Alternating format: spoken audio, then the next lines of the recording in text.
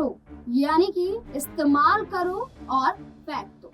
ये राजनीति कई दलों द्वारा अपनाई भी जाती है। ये पॉलिसी राजनीति में बखूबी देखने को मिलती है और खासकर भारतीय जनता पार्टी की।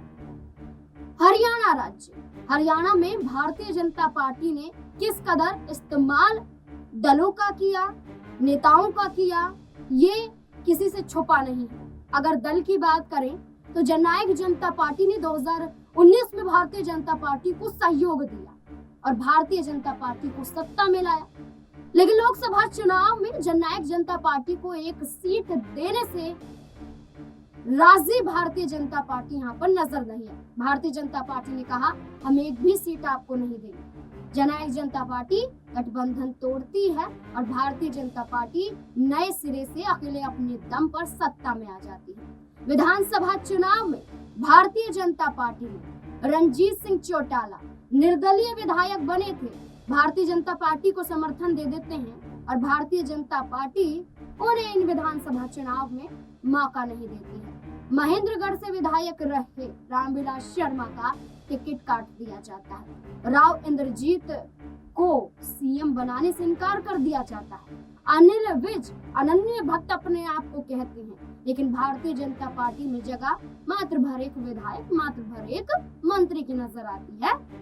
यह हरियाणा का हाल है और इसी हरियाणा में एक चेहरा है जो अब भारतीय जनता पार्टी की यूज एंड थ्रो पॉलिसी के खिलाफ नजर आ रहा है। एक चेहरा है जो भारतीय जनता पार्टी को ही ललकार रहा है। वो चेहरा है कुलदीप बिश्नोई का। वो कुलदीप बिश्नोई जिनके बेटे भव्य बिश्नोई ने आदमपुर से चुनाव लड़ा, लेकिन विधानसभा में चुनाव जीत नहीं पाए। भारतीय जनता पार्टी से उम्मीद कुलदीप बिश्नोई ने लोकसभा में हिसार लोकसभा सीट की लगाई, लेकिन भारतीय जनता पार्टी ने कुलदीप बिश्नोई को हिसार लोकसभा सीट भी नहीं दी।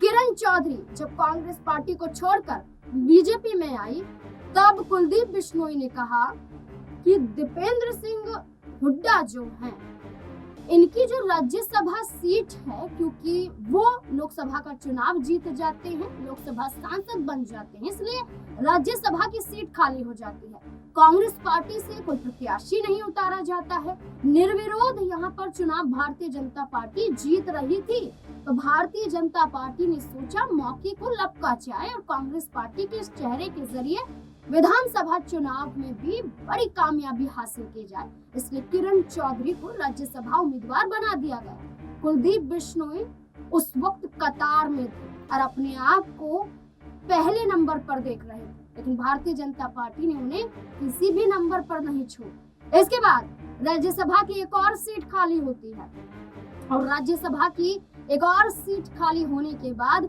कुलदीप बिश्नोई फिर से उम्मीद भारतीय जनता पार्टी से लगाते हैं, लेकिन भारतीय जनता पार्टी उनकी उम्मीदों पर पानी फेर देती है और कुलदीप बिश्नोई खुद ये कहते हुए नजर आए कि भारतीय जनता पार्टी ने उनका बखूबी इस्तेमाल किया। यूज एंड थ्रो वाली पॉलिसी कुलदीप बिश्नोई पर सटीक साबित नजर आई, इसलिए कुलदीप बिश्नोई बर्दाश्त नहीं करने वाले हैं। कुलदीप बिश्नोई वो ओबीसी चेहरा है जो न सिर्फ हरियाणा में बल्कि राजस्थान में भी भारतीय जनता पार्टी को सत्ता में ला पाए थे। 27 ऐसी सीटें जहां ओबीसी, जहां पर बिश्नोई समाज का दबदबा था, स्टार प्रचारक की लिस्ट में कुलदीप बिश्नोई का नाम शामिल हुआ। राजस्थान भेजा गया और कुलदीप बिश्नोई के बलबूते पर 22 सीटों पर भारतीय जनता पार्टी ने पकड़ बना ली। भारतीय जनता पार्टी सत्ता में भी आ गई, लेकिन कुलदीप बिश्नोई का जो एहसान है वो बीजेपी नहीं चुका पाई। अब कहा जा रहा है कि कुलदीप बिश्नोई बीजेपी में बड़ी फूट डाल सकते हैं, क्योंकि कई चेहरे बीजेपी से नाराज हैं, जिसमें रामविलास शर्मा भी मौजूद है, राव इंद्रजीत हैं, अनिल विज हैं, कई चेहरे नजर आ सकते हैं। अब देखना होगा कि कुलदीप बिश्नोई क्या करेंगे, क्योंकि कुलदीप बिश्नोई अब भारतीय जनता पार्टी की हर मीटिंग से, हर बैठक से, हर दौरे से दूरियां बना रहे हैं। क्या होगा कुलदीप बिश्नोई का फैसला अब बड़ा फैसला भारतीय जनता पार्टी में खलबली पैदा कर सकता है। देखना काफी अहम होने वाला है। इस मुद्दे को लेकर आप क्या सोचते हैं, अपनी राय कमेंट सेक्शन में दें। देखते रहें SP9 न्यूज़। धन्यवाद।